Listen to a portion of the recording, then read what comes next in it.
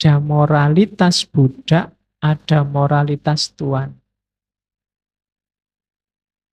Apapun yang terjadi kalau kita beragama, katanya Nietzsche, kita ada di level moralitas budak. Kalau kita mandiri, kita akan ada di level moralitas tuan. Apa sih moralitas budak itu? Moralitas budak itu isinya serba was-was, serba takut, serba kira-kira benar nggak ya aku? Karena begitu aku salah dihukum. Setiap hari kita mikirnya, ini halal apa haram ini? Haram susah aku ini. Ya kan selalu begitu, kita hidupnya was-was.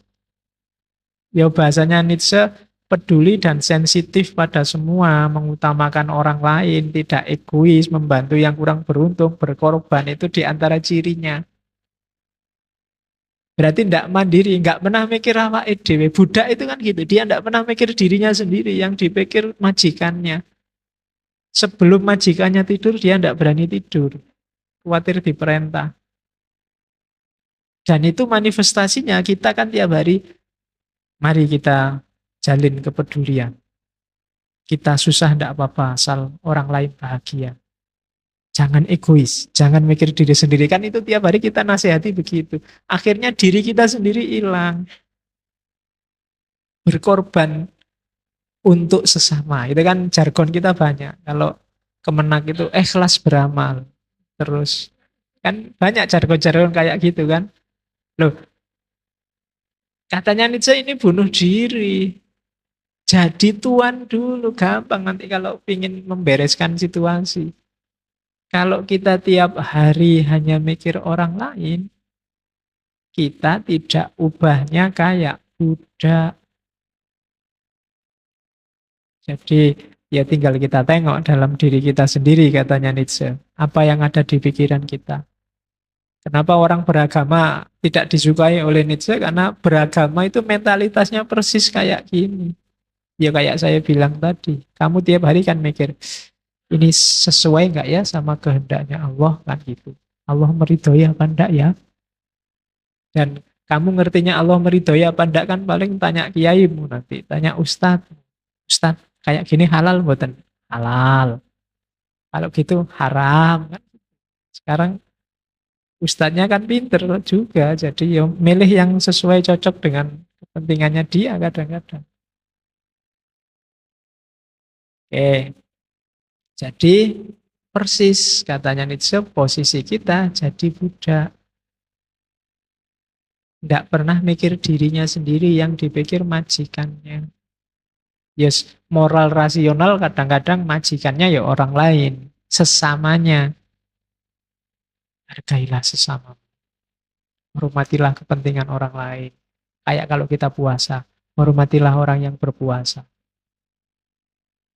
Ini bunuh diri katanya Nietzsche. Ya mikir dirimu sendiri, kamu puasa apa enggak kan? Yang duluan itulah kok mikir orang lain. Kalau kamu puasa ya jangan makan, kalau enggak puasa ya makanlah. Kalau urusanmu beres, baru mikirlah orang lain. Ini orang lain puasa apa enggak. Tapi kalau belum kamu mikir orang lain, itu bunuh diri, itu persis budak. Sebelum juragannya makan, kamu enggak makan dulu. Sebelum juragannya tidur, kamu enggak tidur dulu. Ini moralitas budak. Hidupmu kamu serahkan 100% pada majikanmu. Oke, apalagi agama. Agama itu ancamannya lebih dahsyat. Agama tidak cuma hukuman dunia, nanti ada hukuman akhirat. Kamu bisa disetrika, disate nanti di akhirat kalau berani macam-macam. Kan ngeri tuh kamu membayangkan. Di sate, besok ditusuk dari atas sampai bawah, dibakar, kasih kecap terus diputer. Tidak bayangke loh kamu di neraka itu ngerinya. Nah, loh kalau neraka ya gambarannya pokoknya ngeri toh isinya di sana. Barang siapa yang suka mengadu, saya dulu kecil diceritain gitu, yang suka ngadu jago, besok kita akan diadu. Barang siapa yang ngadu jangkrik, besok kita diadu oleh jangkrik. Oh itu kan tidak bayang ke Berarti besok promotor tinju itu diadu oleh petinjunya, kan dia yang ngadu orang. Besok diadu oleh orang. Oke, jadi moralitas Buddha. Melakukan sesuatu yang bukan kepentinganmu, yang bukan kebutuhanmu, yang bukan keinginan. Oke. Tapi rasanya enak loh kadang-kadang gitu Pak. Nolong orang lain itu nyaman. Kalau katanya nih Allah nipu. Enggak. Kalau mau jujur ya enggak. Uang kita, sedekahkan semua untuk yang lain. Nanti rasanya nyaman, bisa ngapusi. Enggak.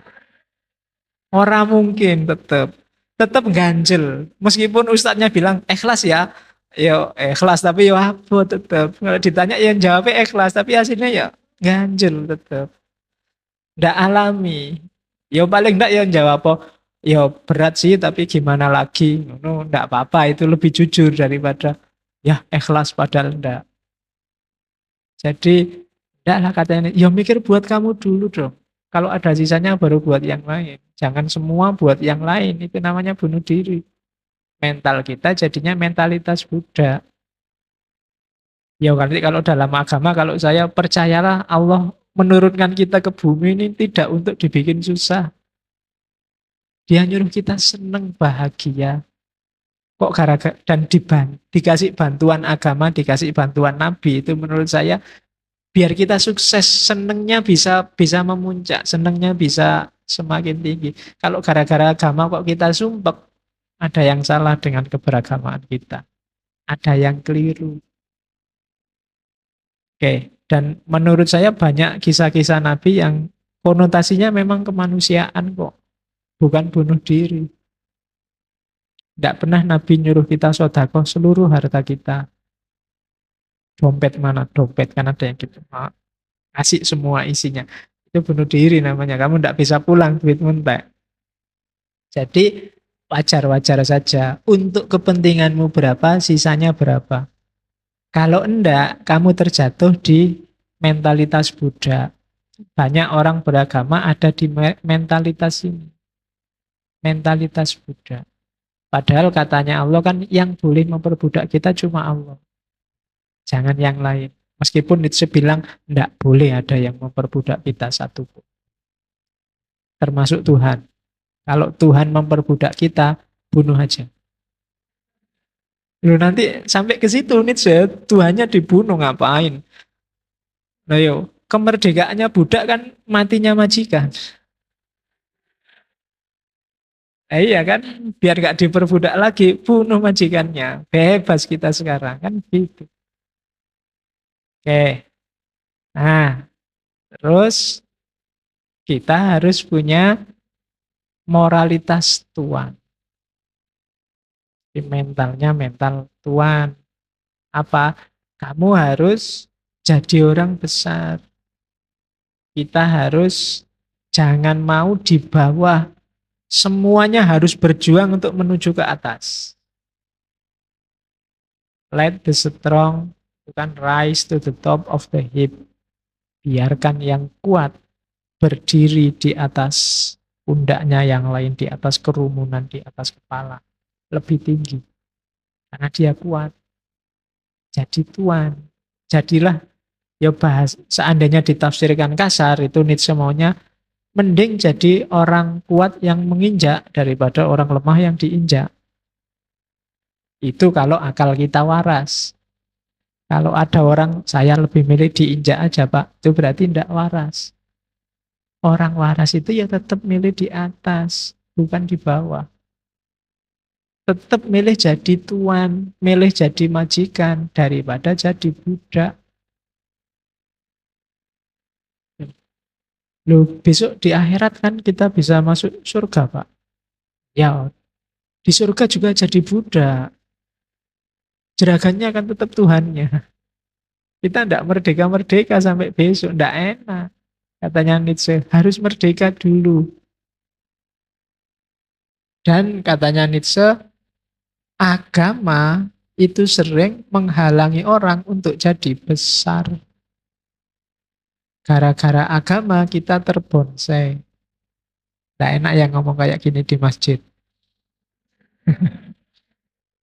Kamu tiap tiap hari diceramai agama itu puncaknya peradaban kita, sekarang agamanya dilecehkan. Katanya Nietzsche, agama hanya menghasilkan orang biasa. Agama itu hanya menghasilkan jamaah. Yes, kayak Ustadz Maulana itu loh. Pokoknya kalau dia bilang jamaah, terus jamaah nyaut. Weh gitu. Wis, itulah kita. Jadi mentalitasnya Buddha. Kita terbelenggu. Tidak bisa ngapa-ngapain. Sehingga potensi besar kita hilang. Tidak terwujudkan. Kita jadi orang biasa-biasa. Dan itu dikritik habis-habisan oleh Nietzsche. Lah kok mau-maunya? Kita punya potensi, punya bekal, punya akal, punya kekuatan. Tapi mikir dibatasi, gerak dibatasi.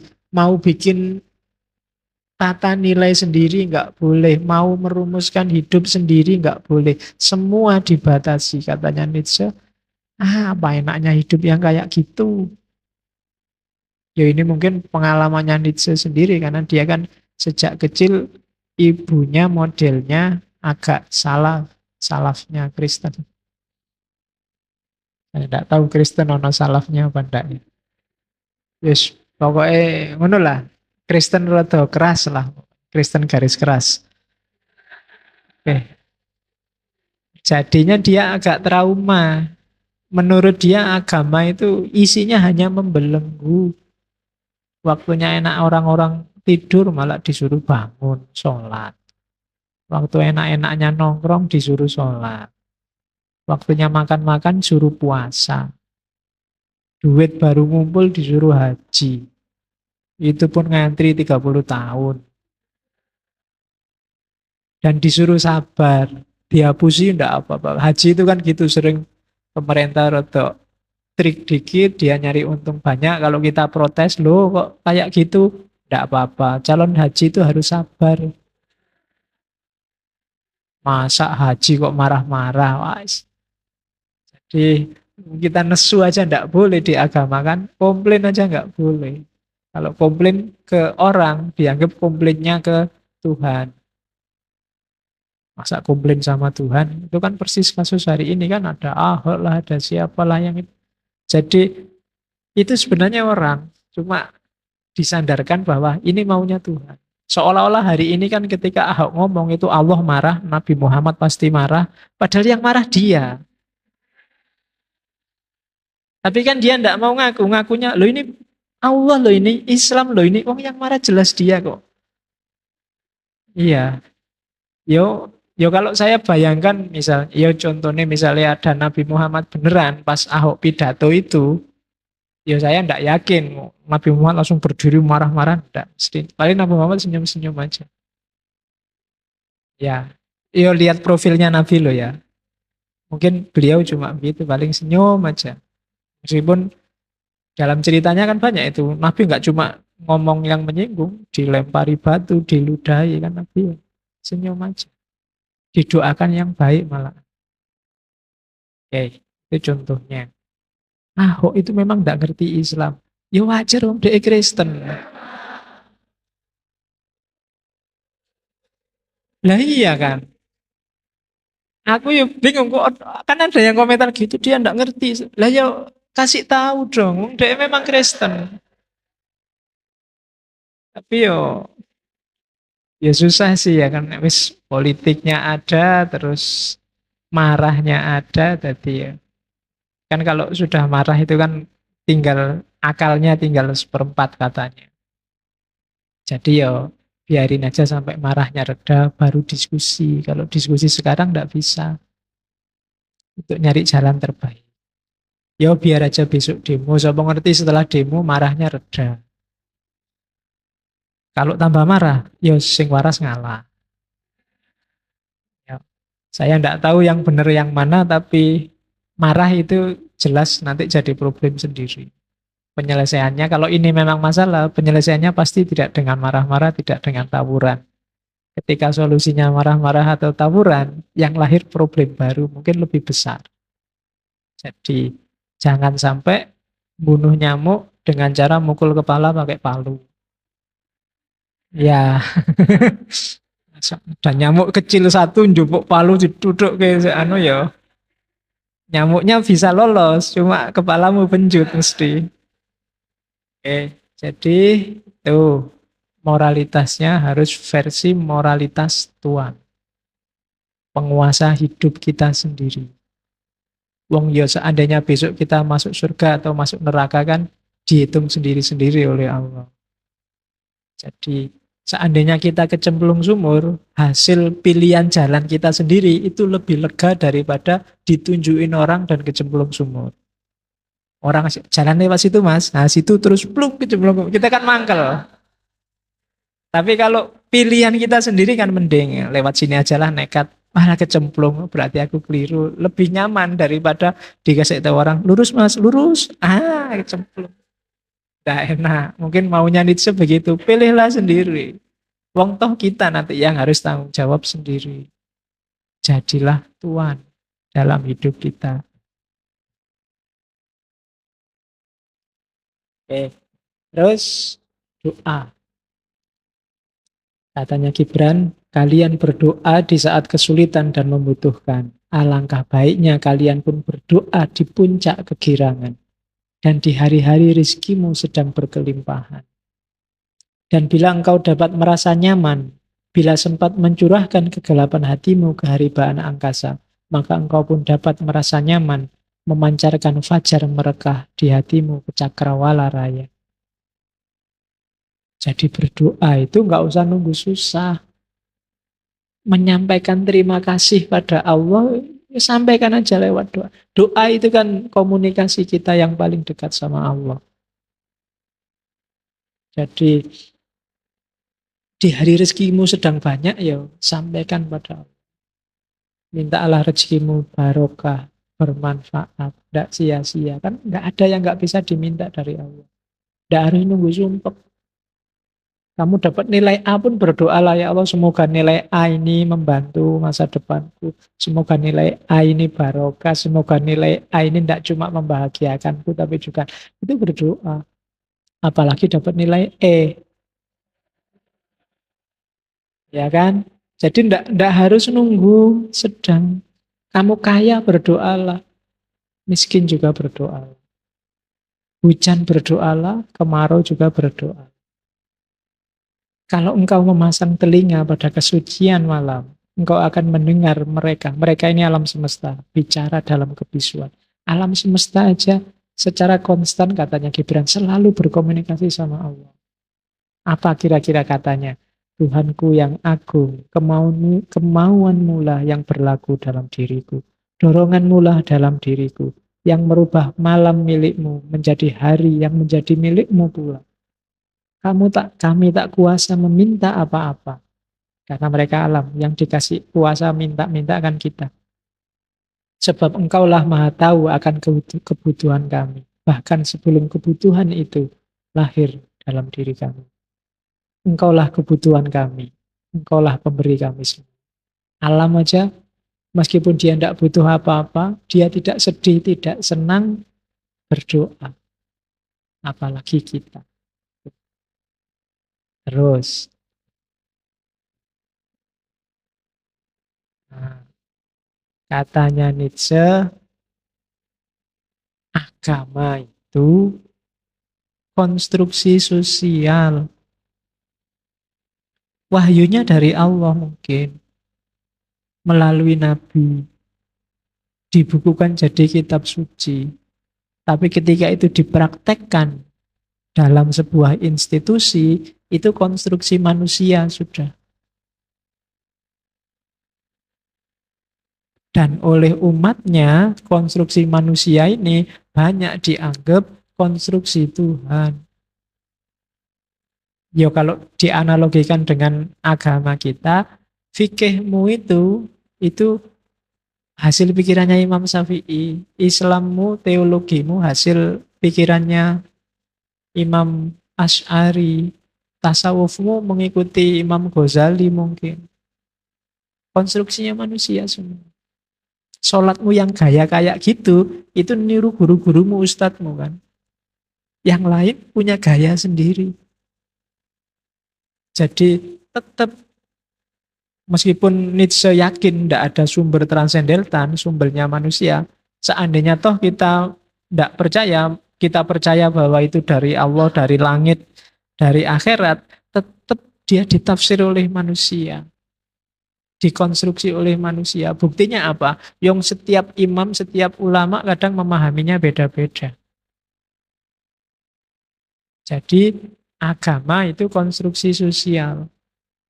Yang kedua, agama sering-sering memaksa kita mengikuti ajaran Tuhan dan memusnahkan insting naluri kita untuk berkembang, untuk jadi orang besar. Kalau bahasanya Nietzsche, will to power kita dibunuh atas nama agama. Terus ketika kita dalam kondisi susah, agama tidak nyuruh kita berjuang. Kadang-kadang malah nyuruh kita pasrah, menyuruh kita ini sudah takdirnya, nyuruh kita yang penting Allah ridho, nyuruh kita ya selesai. Kita dibelenggu, potensi kita diberangus, ini bahasa kasarnya. Yang ketiga, kita tidak boleh bangkit. Nah, kan ini kritik habis-habisan ini pada agama. Agama membelenggu kita tidak bisa jadi besar. Kemudian ketika kita jatuh, kita malah dinasehati yang semakin membuat kita loyo. Sudahlah, dunia adalah penjara bagi akhirat kehidupan yang sejati. Kalah di dunia nggak masalah. Yang penting besok masuk surga. Ya semakin tidak mau berjuang. Semakin kita tidak memperjuangkan nasib kita sendiri. Kita kan sering kayak gitu. Temenmu mendolimimu, kamu kan terus biar aja. Nanti dosaku biar masuk ke dia, pahalanya dia masuk ke aku. Kan kamu selalu gitu. Membiarkan orang mendolimimu. Biar aja. Gusti Allah ora sare, Gusti Allah sing bales, tenang wae, ndak apa-apa wis. Bila perlu suruh dia mukuli kamu terus, suruh dia membuli kamu terus, nanti kan ada yang mentalitasnya kayak gitu. Ya meskipun kalau di Islam apa iya kayak gitu. Tapi Nietzsche melihatnya umat beragama itu sering begitu. Ya Allah, ndak apa-apa saya miskin asal engkau ridho. Susah. Ya kan? Oke, lu miskin itu kan kalau ditarik lagi berarti butuh bantuan orang lain. Itu sama dengan bilang, ya Allah biar aja orang lain bantu aku asal kamu ridho. Tidak mandiri. Oke, kan sering kamu kayak gitu. Oke, tidak apa-apa kamu membuli aku. Tidak apa kalau kamu mencaci maki aku. Yang penting, mesti gitu kamu. Terus arahnya ke atas. Yang penting Allah sayang padaku. Itu kadang-kadang untuk nutupi janjane kamu rawani. Bales. Ora wani kerengan. Ndak berani gegeran. Padahal maunya Nietzsche, loh, kalau kamu tersakiti ya ndak apa-apa, tunjukkan di mana sakitmu. Kalau kamu malu ya tunjukkan.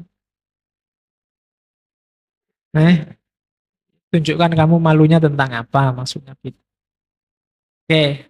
Dan dengan logika yang sama nanti Nietzsche sangat tidak suka dengan yang namanya demokrasi, sosialisme, dan komunisme. Kenapa? Demokrasi, sosialisme, komunisme itu nganggap semua orang sama. Padahal kan kita beda ya, katanya Nietzsche. Ada yang bodoh, ada yang pinter. Itu kan semua ngakui. Ada yang kuat, ada yang lemah. Kan kita ngakui ada itu dalam hidup ini. Tapi dalam demokrasi, sosialisme, semua dianggap sama. Bahkan katanya Nietzsche, demokrasi, sosialisme, komunisme itu membolehkan orang-orang idiot menjalankan sistem. Jadi pemimpin kita bukan yang paling kuat di antara kita, tapi orang biasa-biasa yang dapat suara terbanyak. Sejago apapun orang, kalau tidak ada yang milih, dia tidak akan jadi pemimpin. Sistem kayak gini, katanya Nietzsche, adalah sistem yang tidak manusiawi. Harusnya pemimpin itu ya yang paling jago. Biasanya pemenangnya itu orang biasa-biasa dalam sistem. Kenapa? Karena orang itu nyari yang selevel sama pikirannya, sama levelnya dengan dia. Yang di atas dia enggak, yang beda sama orientasinya dia enggak. Maka karena mayoritas itu orang biasa, yang dipilih oleh mereka pasti juga orang biasa. Jadi demokrasi, sosialisme, komunisme itu dikritik oleh Nietzsche. Nah, demokrasi paling apapun yang terjadi yang dipilih ya sesuai logikanya orang banyak. Dan orang banyak itu selalu orang biasa. Tidak pernah ada orang istimewa itu banyak. Kalau ada yang bilang kita yang hadir malam ini semuanya adalah istimewa, itu mesti basa-basi. Tidak ada orang istimewa, orang kuat itu satu dua. Nah, cuma orang-orang ini sering nasibnya jelek. Kenapa? Karena dia tidak cocok dengan logika mayoritas. Itu katanya Nietzsche. Jadi agama, demokrasi, sosialisme, komunisme, kesetaraan, ini logika-logika yang dibenci oleh Nietzsche. Bikin orang pasif, bikin orang tidak keluar dari kotaknya. Ya sudah, berarti hidup ini semacam ini. Kamu tidak bikin terobosan. Jadi maunya Nietzsche itu jadilah orang besar. Gibran, kesenangan. Betapa seringnya dengan menyingkiri segala kesenangan, engkau hanya menimbun keinginan tersembunyi di relung kesadaran. Siapa tahu bahwa apa yang nampaknya lenyap sekarang dari permukaan hanya menanti saat kebangkitan di kemudian hari. Bahkan jasmani memahami kodratnya dan kebutuhan hak alamiahnya, serta tiada sudi mengalami tipuan dari akal manusia. Jasmani adalah kecapi jiwa, tergantung kepada manusia untuk menggetarkannya dengan petian lagu merdu ataupun suara yang tiada menentu. Ya, apa sih kesenangan itu? Kesenangan itu, kalau bagi Gibran lagu kebebasan maksudnya fitrah kita, natural kita. Allah menurunkan kita ke muka bumi itu bukan untuk sumpek-sumpek. Kita dikasih banyak sekali fasilitas itu untuk kita senang. Kita dikasih nafsu juga, asal nggak berlebihan itu biar kita bahagia. Biar nggak, kenapa nggak boleh berlebihan? Biar kita nggak susah akhirnya, bukan demi Allah. Senenglah, rayakanlah hidupmu. Semua makhluk nggak ada yang dikasih fasilitas untuk seneng. Kita yang dikasih. Jangan bikin Allah kecewa. Dikasih fasilitas semewah ini untuk seneng, untuk bahagia. Kita tiap hari mengeluh. Kita tiap hari sumpah. Itu paragraf kedua, dia nyindir orang-orang yang suka menyiksa diri. Sok menghindari kesenangan. Termasuk yang ndak nikah, ndak mau makan puasa terus-terusan, yang sejenis itu. Katanya Gibran, itu cuma memendam saja. Pada saatnya dia bisa tampil, bisa ndadi. Ada orang demi spiritualitas, yang jasmani tak tinggal. Hati-hati, itu blunder, dia cuma dipendam. Itu yang bikin ada orang level spiritualnya tinggi, tiap tahun gonta-ganti istri. Ada kan yang kayak gitu. Dia belum selesai dengan nafsu seksnya. Awalnya, wah, udah demi Allah, demi spiritualitas. Itu yang jasmani, nafsu-nafsu tak tinggal semua. Nggak, belum beres kamu di situ.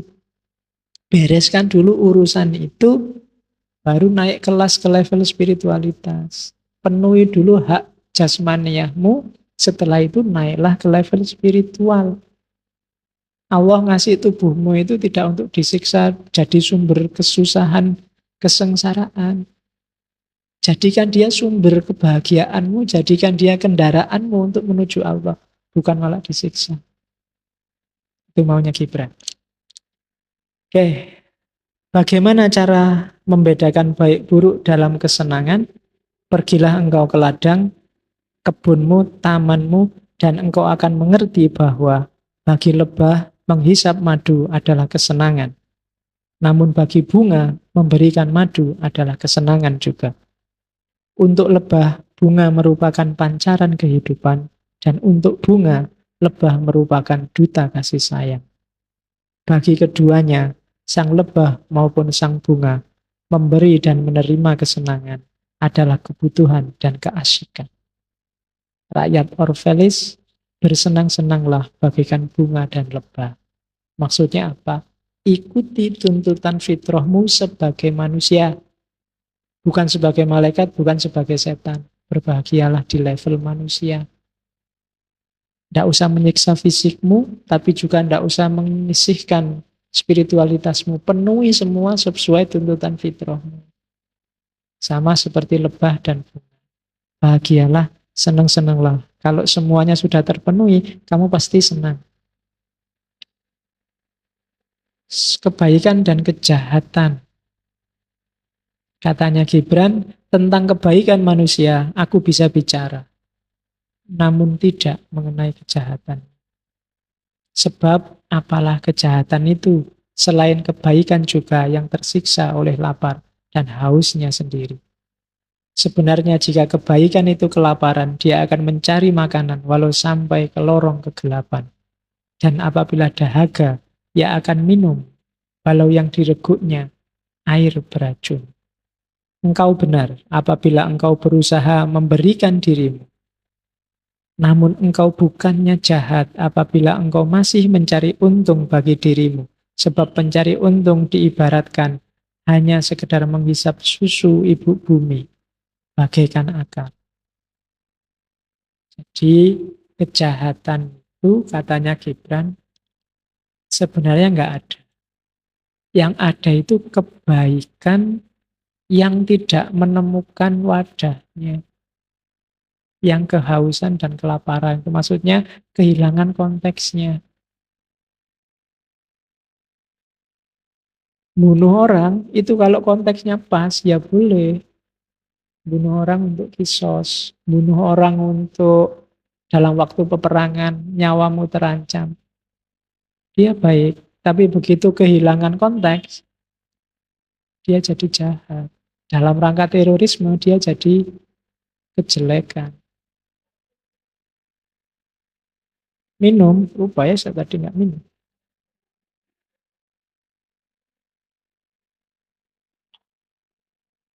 Minum ini kebaikan, tapi kalau konteksnya tidak pas, dia bisa jadi kejelekan, kejahatan. Konteksnya tidak pas itu bisa misalnya berlebihan, porsinya kebanyakan, dia akan jadi kejahatan. Kenapa tadi makan gula itu kok terus dianggap jelek? Karena awalnya kita melakukan kejahatan dengan gula, kokean, sampai melahirkan diabetes. Jadi terus yang semula itu janjinya baik, terus gula jadi jahat. Bukan karena gulanya yang jahat, tapi konteksnya yang ganti sekarang. Karena kemarin kamu berlebih-lebihan sih. Tidak ada gula jahat itu.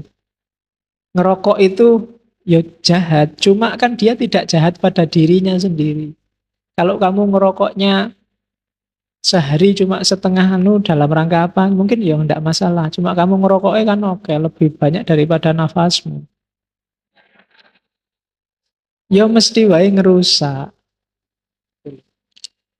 Ngerokok itu kan baik-baik saja asal enggak dibakar. Itu namanya ngemut. Oke. Jadi buah pohon tak mungkin berkata pada akarnya, jadilah seperti aku yang masak dan ranum ini, senantiasa memberikan kelimpahan hasilnya. Sebab bagi sang buah, memberi adalah kebutuhannya, sedang bagi sang akar, menerima adalah kebutuhan. Jadi apa-apa harus sesuai porsinya dan proporsinya, baru itu baik. Persahabatan. Di saat berpisah dengan teman, kau tiadakan berduka cita. Sebab apa yang paling kau kasihi darinya, amatlah mungkin lebih cemerlang dari kejauhan. Sebagaimana sebuah gunung nampak lebih agung dari tanah ngarai daratan. Jadi, tidak usah galau kalau kita bersahabat dan kemudian terpisah. Apalagi sudah saling jatuh cinta, kemudian LDR. Kadang-kadang kejauhan itu semakin memperindah. Kayak gunung itu kan dilihat dari indah lebih jauh, lebih indah. Walik ya.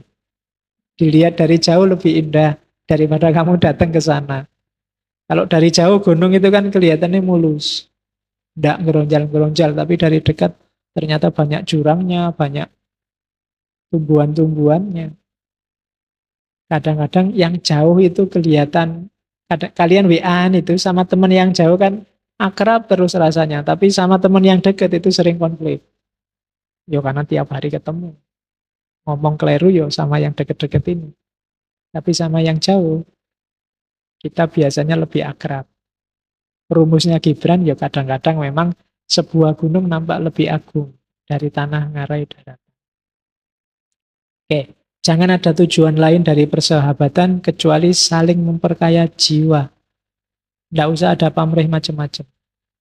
Kita saling menaikkan level kemanusiaan kita bareng-bareng. Sebab kasih yang masih mengandung pamrih di luar misterinya sendiri bukanlah kasih. Namun jaring yang ditebarkan hanya akan menangkap yang tiada diharapkan. Jadi tidak usah aku berteman ben iso nyilih motore. Aku berteman biar akhir bulan iso utang ketoke duitnya banyak. Aku berteman Nah, kalau kayak gini bukan persahabatan, tidak memperkaya jiwa. Persembahkanlah yang terindah demi persahabatan. Jika dia harus tahu musim surutmu, biarlah dia mengenal pula musim pasang. Sebab siapakah sahabat itu hingga engkau hanya mendekatinya untuk bersama, sekedar akan membunuh waktu. Jadi kadang-kadang kita waktu galau kan nabrak-nabrak nyari teman yang bisa diajak curhat. Tapi waktu seneng diem aja. Waktu dapat hadiah uang banyak meneng wae. Tidak kabar-kabar. Tapi waktu stres kayaknya curhat di Facebook, di WA, temennya dikasih tahu semua. Aku sedang susah nih. Jadi nyari teman hanya untuk tempat curhat. Ada juga nyari teman yang tinimbang nganggur, hanya untuk membunuh waktu. Carilah teman untuk bersama menghidupkan sang waktu, bukan menghabiskan waktu. Kamu yang bisa menafsirkan ya. Hidupkan waktumu bersama-sama, bukan habiskan waktumu bersama-sama. Jadi lakukan bersama-sama hal-hal yang bermanfaat, yang nantinya tidak kau sesali. Kayak saya bilang di awal tadi, jangan sampai nanti, oh iya ya, dulu aku deket sama dia, coba aku belajar itu dari dia, coba aku dapat sesuatu dari dia. Kalau sudah lewat, ya eman-eman. Karena kemarin cuma menghabiskan waktu. Sekarang saatnya menghidupkan waktu. Terus,